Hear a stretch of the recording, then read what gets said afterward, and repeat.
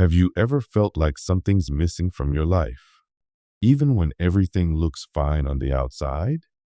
Like there's a silent space inside you no one sees, not even you? Maybe you've chased success, love, or answers, but deep down, there's still a quiet ache, a restlessness, a feeling that you're not fully home. What if I told you that you're not broken, lost, or incomplete, but simply forgetting something your soul has always known? What I'm about to share with you isn't just another idea. It's a truth so deep and powerful that once you remember it, nothing and no one will be able to control you again. This truth has been hidden for centuries, not because it was forbidden, but because the world has been too loud for anyone to hear it. But now, you're here, you're listening, and that means something inside you is ready to remember. Your confusion, your pain, your emptiness, they aren't mistakes. They are signals. They are signs that your soul is calling you back to the truth.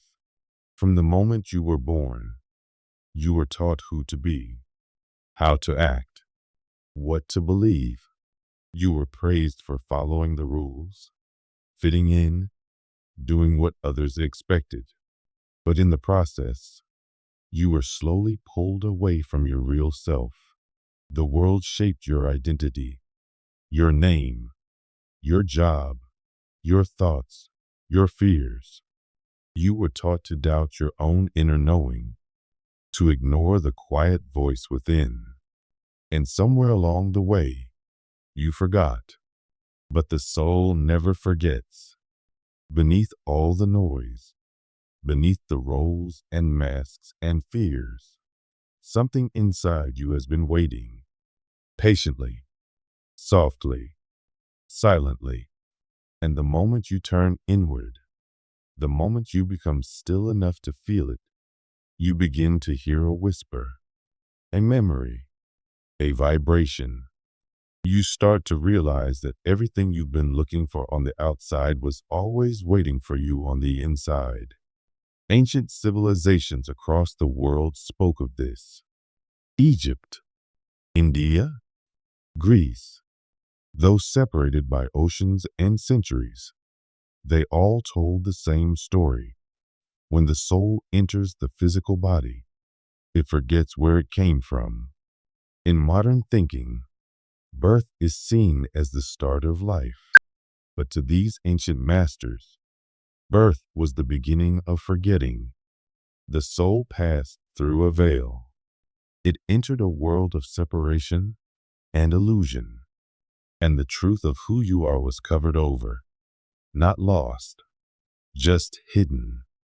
Thoth, the Egyptian master, taught that the body isn't the problem.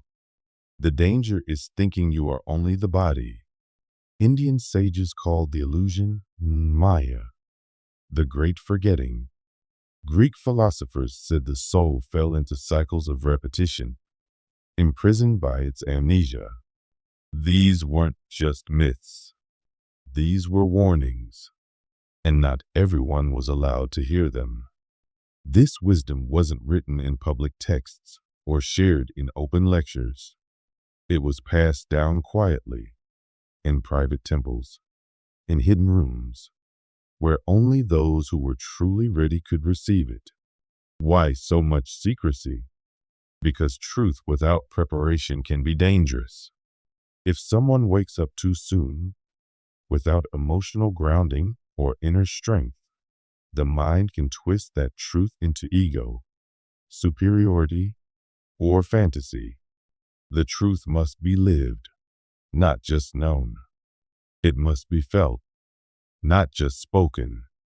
That's why the journey back to your true self begins in silence. The kind of silence that doesn't just mean quiet, but stillness. The silence where even your thoughts stop making sense. Where your stories, your identity, your past all begin to dissolve. In the ancient temples, The chosen ones were brought into total darkness. No light, no sound, just themselves, alone. And in that darkness, something began to fall away.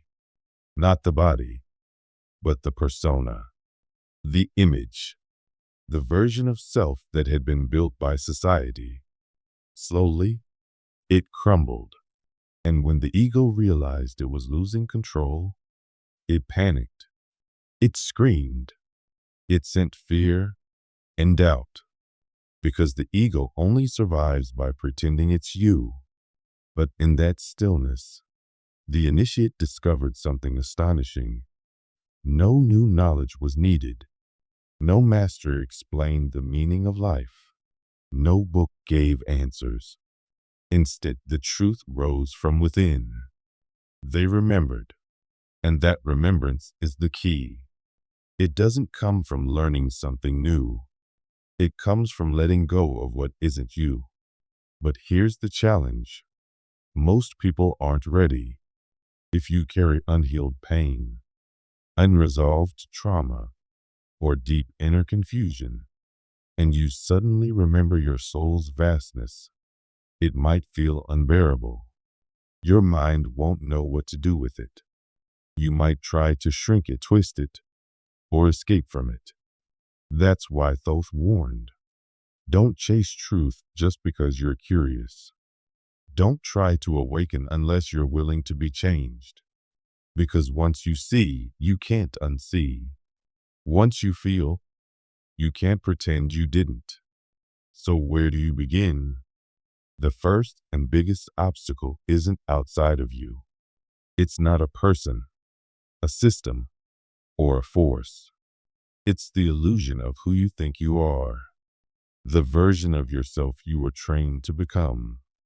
Your thoughts about yourself, your beliefs, your fears, they were given to you, planted by others. And because you never questioned them, you believed them. But now, you must begin to ask, is this really me? Is this thought, this fear, this self-image, mine? Or was it something I inherited?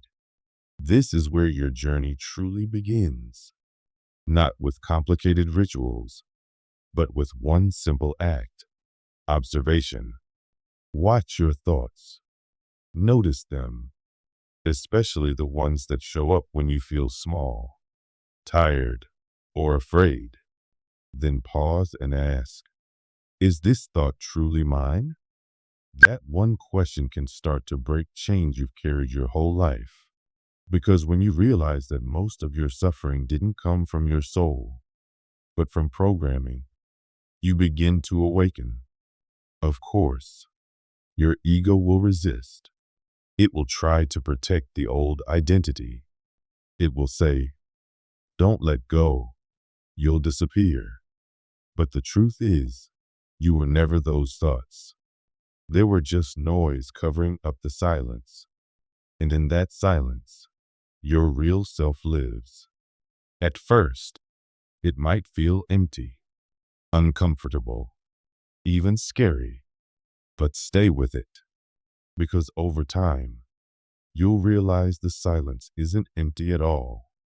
It's full, it's sacred, and in that space, a vibration begins to rise, a soundless knowing, a presence that feels both ancient and alive.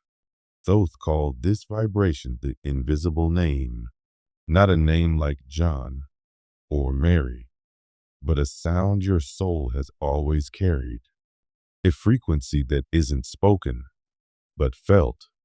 It's the pure energy of who you are beneath the masks. And chances are, you've already felt it before. In those strange moments when everything felt peaceful for no reason. When your heart just knew something was true. When time seemed to pause and you felt deeply at home inside yourself. That was it. That was your soul trying to get through. But the world is loud. The mind is busy. So over time, that vibration got buried. Not lost, just covered up. And now, it's rising again. But here's the truth no one tells you: when that vibration returns, it doesn't just bring peace. It also brings everything you've avoided. All the pain, fear, and shame you buried, it comes up. Because light doesn't just reveal beauty, it reveals shadows. And if you want to be free, you have to face those shadows. Not to suffer, but to heal. Thoth called this soul purification, not as punishment, but as clearing. Imagine your soul like a river, but it's filled with rocks, debris, and blockage. The flow is there, but it's stuck. And to let that river move freely again, you must clear the path. That means looking at the memories you ran from, the words that wounded you, the moments that made you believe you weren't good enough. Not to relive them, but to release them. And when you finally say, yes, that happened, but it doesn't define me, something shifts. The pain begins to loosen, and your soul starts to lead. Your mind will no longer be in charge. It becomes quieter. It becomes a servant to the deeper truth. For the first time, you begin to feel a stillness that's not numb, but alive. A silence that's not absence, but presence. You're no longer ruled by thoughts. You're guided by something deeper, and that's real peace. But the journey doesn't stop there, because now, with your soul leading, the question becomes, what will the mind do next? Will it surrender? Or will it try to reclaim the throne? That's the next level of your remembering. Because once your soul awakens, there's no going back. And from this point on, life will never be lived the same way again. Your soul sees everything. It feels everything deeply, but it no longer gets pulled around by the waves of emotions or the noise of your thoughts. It has learned to remain still. It's like being in the middle of a loud, busy crowd, but feeling a quiet peace inside that nothing can touch. That silence within you is not about running away from life. It's not about hiding or isolating yourself. It's about living fully, with your eyes open and your heart steady. You still go through life. You still face your duties, challenges, relationships, and choices. But now you are not lost inside the story. You're not trapped in every thought or emotion. You've stepped back. You've taken your place as the one who watches, the one who sees it all, but isn't overwhelmed by it. You're not escaping life. You're finally present in it. Your mind still produces thoughts, but you don't believe every thought anymore. You feel emotions, but you don't act without thinking. You feel sadness, but it doesn't drown you. You feel anger, but it doesn't take over your voice. You feel anxiety, but you don't let it lead your decisions. Instead of reacting out of habit, you begin to observe. And when that happens, something truly powerful shifts. Time, which used to feel like your enemy, full of stress and rushing, begins to slow down. That constant pressure of being late, of needing to do more, of never having enough time, it fades. Because when you're truly present, time stops feeling like something you're fighting. It starts feeling like space, even small, everyday moments. Walking, cooking, folding clothes, feel deeper, more alive, more peaceful. You no longer feel like you're running through life. You're finally here, living it. And emotions that used to control you now pass through you without staying. Anger comes and goes. Fear rises but fades. You don't hold on. You don't resist. You simply see it, breathe, and let it pass. You stop feeding the emotions with your thoughts. You stop identifying with them. And something sacred begins to rise inside you. A stillness, a strength, a deep voice within that says, I'm here. I cannot be shaken. That inner calm brings freedom. Not the kind of freedom that comes from running away, but the kind that comes from choosing. You now have space between feeling and action. You no longer live in automatic reactions. You begin to choose how to respond, what to feel, what to focus on. You begin to realize that your soul is free, free from the patterns, the past, the fear, the noise. The ego never had the power to give you that kind of freedom. The ego lives off habit, reactivity, and fear. But your soul doesn't. Your soul watches, learns, understands, and moves with peace and clarity. It does not force, it flows. As this shift deepens, you begin to see the world differently. The people around you stop looking like enemies or threats. You no longer see them as people trying to hurt you or compete with you. You see them as souls, just like you, trying to survive, trying to heal, trying to remember who they are. You remember how confused and reactive you once were. And from that memory, a gentle compassion rises. Not forced kindness, not fake peace, but real, quiet compassion. The kind that doesn't need words. It sees and understands without judgment. It knows that everyone is on their own path, moving at their own pace. And then the big question comes. Can you live like this all the time? Not just in meditation, not just on a retreat or in the quiet of a temple, but in real life, in traffic, in conflict, under pressure, in pain? Because it's easy to feel spiritual when everything is calm. But what about when things fall apart? When someone criticizes you unfairly? When the people closest to you don't understand your change? When work is overwhelming or family drama returns? Can you stay connected to your soul then? This is where most people slip. The mind, which had been quiet for a while, suddenly tries to take control again. It starts whispering doubts.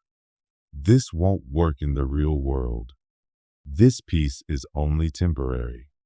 You need to toughen up.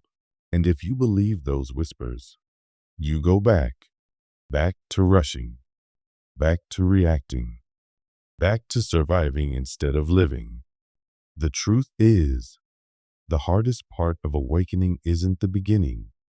It's staying awake in the middle of the storm. That's where the real path begins. That's where you find out if your peace was just a moment, or if it's who you truly are now. The world doesn't pause to let you stay calm. The deadlines, the distractions, the noise, they continue. And people who are still living from their unconscious patterns will try to pull you back into that old way of living. But this is where your choice matters most. You get to decide who leads your life now, your awakened soul, or the chaos around you. You begin to train yourself, gently and repeatedly, to stay present, to be exactly where your body is. When you eat, you eat.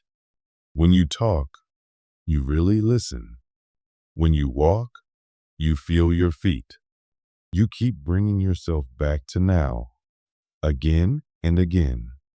And as you do this, you discover a space inside you that no one else can touch. It grows stronger with practice. At the same time, you begin to practice silence, not outer silence, but inner space. Even when someone yells at you or the world gets noisy, there is a part of you that stays calm. You don't react automatically. You wait. You breathe. You listen inwardly. You move from choice, not reaction. That space is where your power lives. You also begin to protect your energy. You notice how what you read, watch, and hear affects how you feel. Fear-based news, endless complaining, toxic conversations, mindless scrolling, it all pulls your vibration down. And so you begin to be more intentional. You choose what you allow into your heart and mind, not from fear, but from respect for your energy. You begin to treat your attention as sacred. And the more you do, the clearer your inner world becomes. Over time, your life transforms. Situations that once overwhelmed you lose their power. People who used to trigger you no longer shake you. You stop needing others to change in order for you to feel peace. You start responding to life, not reacting. You begin to live from your soul, not your survival mode. But your mind doesn't like this shift. It's used to being in charge. And now that it's losing control, it gets clever. It starts trying to pull you back, telling you that you're wasting time, that you're being unrealistic, that you're alone in this. But the more you stay grounded in your presence, the more your awareness grows. And something beautiful begins to happen. Your soul, now awake, starts remembering not just this life, but beyond. You begin to have moments, dreams, flashes, strange feelings that feel like pieces of a much older story. At first, it doesn't make sense. You feel like you've lived certain moments before, known people you just met, or carried memories that don't belong to this life. And your logical mind may try to dismiss it. But deep down, you know, you're remembering something real. And that raises a new question. If your soul is remembering other lives, what else has it always known that your mind forgot? Because your life didn't begin at birth. That was just a page in a long, long book. Your soul didn't start with your body. It has lived many lives, played many roles, carried many lessons. Those memories didn't vanish. They went to sleep. And now, as you awaken, they start returning. These memories don't always come clearly. Often, they show up in patterns, repeating situations, emotional loops, relationships that feel familiar. You may change jobs, cities, or partners, but the same feelings return. That's because your soul is showing you what still needs healing. These patterns aren't punishments. They're invitations. Each one is an echo from a past life, calling you to bring light to what was left unresolved. But it's not just old pain that returns. Old gifts come too.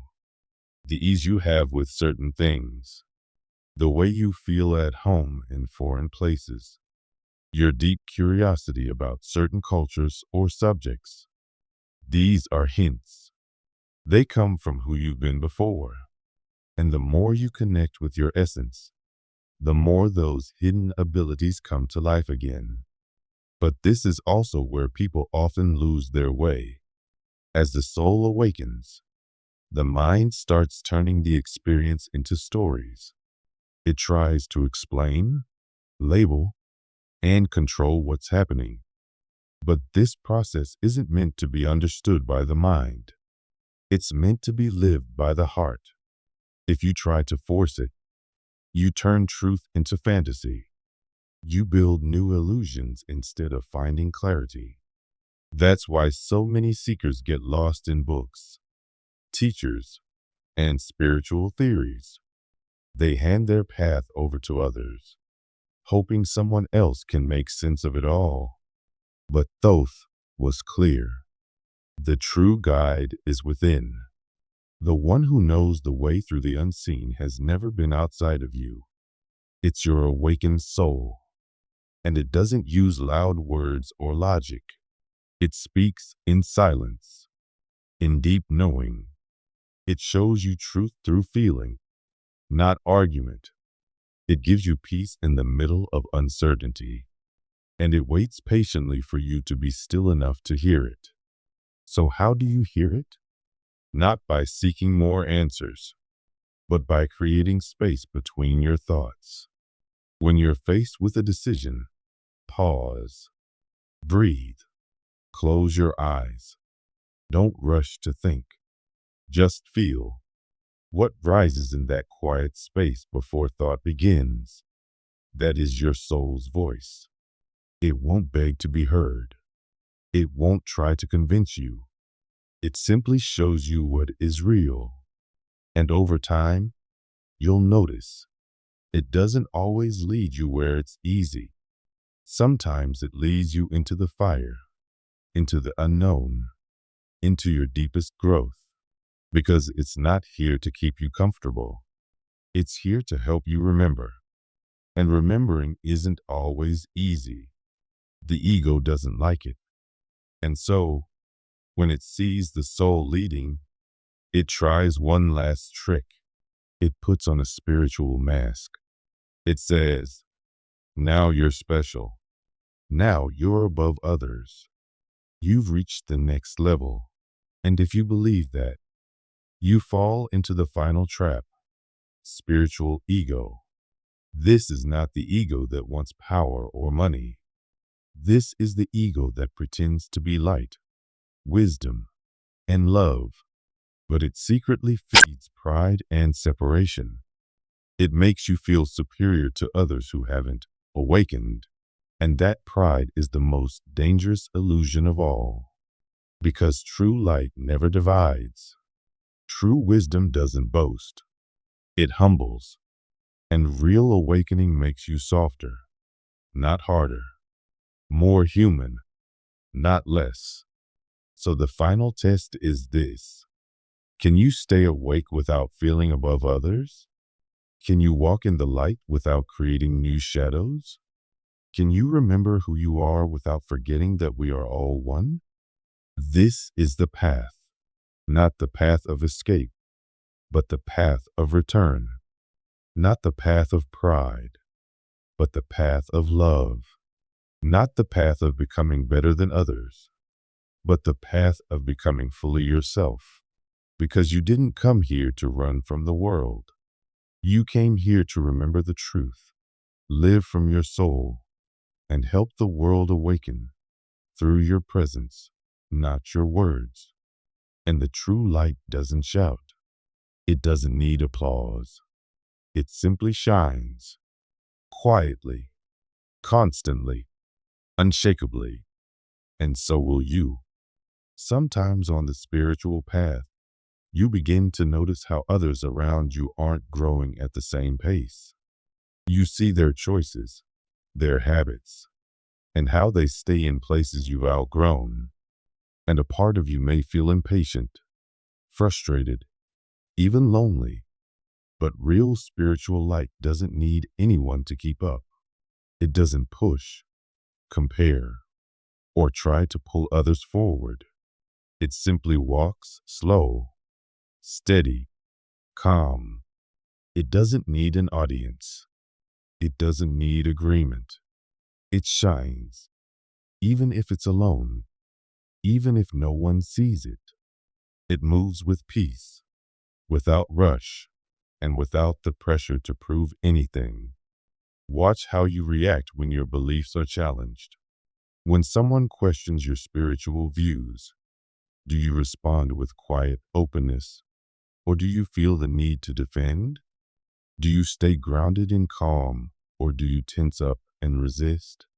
These little moments reveal much more than you think, because often what hides behind the need to be right, even in a soft voice, is the spiritual ego. The spiritual ego is subtle. It doesn't always show up as arrogance. Sometimes it speaks gently. Sometimes it acts humble. But underneath, it still wants to be special. It still wants to be seen as awakened, kind, pure, or wise. It might say things like, "I've already let go of ego," or "I'm just a channel for the light." But if you look closely, even those words can carry the quiet desire to be admired, to be validated. But real spiritual awareness doesn't try to explain itself. It doesn't try to convince anyone. It doesn't argue, even with peace. It knows that every soul walks a different path, at a different speed, and with different lessons. It doesn't need to interfere. It honors the process of others without trying to fix or guide unless asked. It doesn't use spirituality to feel superior. It doesn't seek to be seen as enlightened. It just is. One of the last masks of the ego is pride in its own humility. That quiet voice that says, "I've transcended all this." But even that thought shows the ego is still alive, because the ego survives by needing to be someone. Even if that someone is spiritually advanced, it wants to be more pure, more evolved, more conscious. But true transformation happens when even that need dissolves, when you no longer need to be anyone or reach any stage, when you're content with simply being. You don't conquer the ego by fighting it. You transcend it by starving it. And how is it fed? Through comparison, through the silent competition of who is more awakened, who understands more, who is closer to the truth. But when you stop comparing, when you stop needing to feel ahead of anyone else, the ego weakens. It begins to lose its grip not through effort, but through stillness. It's easier to give up physical desires than to release the inner craving to feel special. It's easier to stop eating sugar than to stop the internal whisper that wants to feel more awakened than others. That's why they said to stay watchful until your last breath, because the ego is a shapeshifter. It can hide in your prayers, your service, your kindness. It can hide in your silence. And just when you think it's gone, it finds a new mask to wear. But the deepest spiritual test is this: can you love someone who is still lost? Can you be with someone at the beginning of their journey and feel no urge to change them? Can you see their worth as equal to yours, even if they don't see it themselves? If your heart says yes, something sacred is happening. The ego's need to elevate itself is falling away, because real love doesn't wait for someone to become better. It doesn't wait for progress. It loves now. It loves exactly where the other is, not as a project, not as a mission, but as a soul worthy of love just as they are.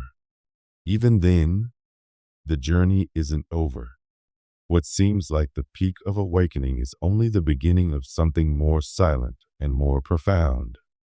The return to the source, a place beyond the need to walk forward, a place where there is no more seeking, no more stages, no more I, just stillness, just being. And here, the ego expects a grand finale, a celebration, a moment of fireworks, a visible sign of success. But what comes instead is quiet, a deep, almost invisible inner silence. There is no applause, no gold medal, Just the realization that what you were searching for was never outside you. It was always here, not as something to gain, but something you've always carried. You just needed to remember. TH called this conscious unity. It's the moment when the separation between you and the divine disappears. There's no more seeker, no more teacher, no more journey. There's only presence. And in this state, life stops being a puzzle. You stop needing answers because you see that life itself is the answer. There are no more questions because there's no one left to ask. What remains is quiet awareness, gentle, alive, and whole. This doesn't look mystical on the outside. You don't float or glow. You don't disconnect from the world. You just start living more deeply inside it. You breathe and feel it. You drink water and taste its miracle. You feel the wind and recognize the gift in its movement. The ordinary becomes sacred, not because the world changed, but because you did. You no longer need rituals to feel close to the divine. You no longer need practices to prove your devotion. Just being where you are is enough. Your full presence is now your prayer. You're not rushing toward anything anymore. You're not fighting to become something more. You're just here, fully, and that's enough. But even now, the mind may try to claim the experience. It might try to label it or teach it to others. It might even use this state to feel special again. This is the final trap, turning your awakening into another identity. But true unity doesn't need to be announced. It doesn't need to be taught. It only needs to be lived. It's not loud. It's not proud. It's just silent truth. Even here, you're still human. You still feel joy, pain, love, fear. You still face problems. But now, there's space inside you that holds everything gently. Joy is no longer something you cling to. Pain is no longer something you fear. Both come, both go, and beneath them, you remain. The awareness that watches, the sky behind the clouds. Some people believe returning to the source means escaping life, but Tej made it clear. Awakening doesn't pull you away from the world. It transforms the way you live in it. Nothing on the outside has to change, but how you see, feel, and walk through it becomes entirely different. And then Tej whispered the secret he never wrote, only spoke to those ready to hear it. A secret more powerful than any book, technique, or ancient ritual. Nothing can be lost in the soul. Everything can be remembered. At first, it might sound like a pretty metaphor, but it's much deeper. Since before you were born, even before this life, your soul carried everything. The wisdom, the connection, the truth. Even if you forgot, even if you wandered, even if you lost yourself completely, the truth inside you never disappeared. It was only covered, layer after layer, by fear, by pain, by forgetting. Picture your soul as a deep, quiet lake. On the surface, waves crash, worries, confusion, emotions. But underneath, the water is still, clear, calm, holding the truth of who you are, always waiting, always whole, even when you feel disconnected, even when you feel like you failed, even when it all seems meaningless. That stillness is there, beneath it all, waiting for you to remember. And how do you remember? Not by effort, not by learning more, not by searching outside, but by listening within. Because the soul doesn't shout, it whispers. And to hear it, you must become quiet. The mind wants noise, wants answers, wants structure, but the soul waits in silence. Remembering isn't something the mind can do. It's a soft recognition in the heart. It's not recalling a fact. It's realizing a truth that's always been there. Like turning on a light in a room that was never empty. You don't create what you find. You just finally see it. And the most beautiful part of all this is that your soul doesn't punish you for forgetting. It doesn't hold a grudge. It doesn't rush you. It just waits. Lovingly. Silently. Until you're ready. Teach said the true seeker isn't the one who collects more teachings, but the one who learns to be still. Because in stillness, remembering begins. And when you remember, you stop identifying with the pain, the fear, the roles. You stop trying to be someone, and you realize you've never truly been anything but awareness itself. And when that happens, something silent shifts inside you. Not a thought, not an idea, but a quiet feeling that transforms the way you live. You see that you are not the stories, not the fears, not the labels. You are the one who has always been watching, like the sky that remains unchanged no matter what clouds pass through. Life still moves. Things still happen. Emotions still come. But you're no longer swept away.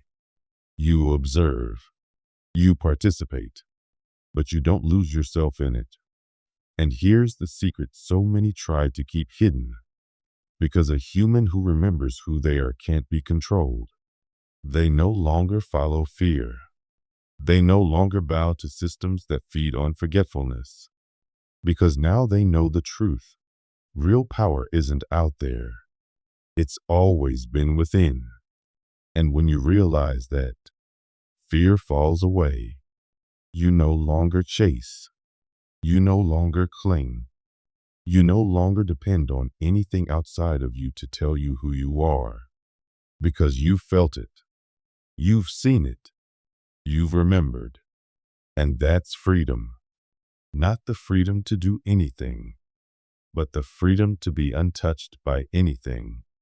To walk through life gently, clearly, without needing to prove, defend, or escape. You're just here, whole, unshaken. You'll still feel, still face trials. But now, nothing defines you. Nothing owns you. Nothing pulls you down. Because you remember, you are the one who sees. Teach called this true awakening. To remember who you are, even while living the human story. To walk through the world, but not be lost in it. To play your part, but never forget the stillness that holds it all. And now, there's nothing left to search for. What you've been chasing has always been inside. And now, you don't just believe it. You feel it. And no one can take that from you.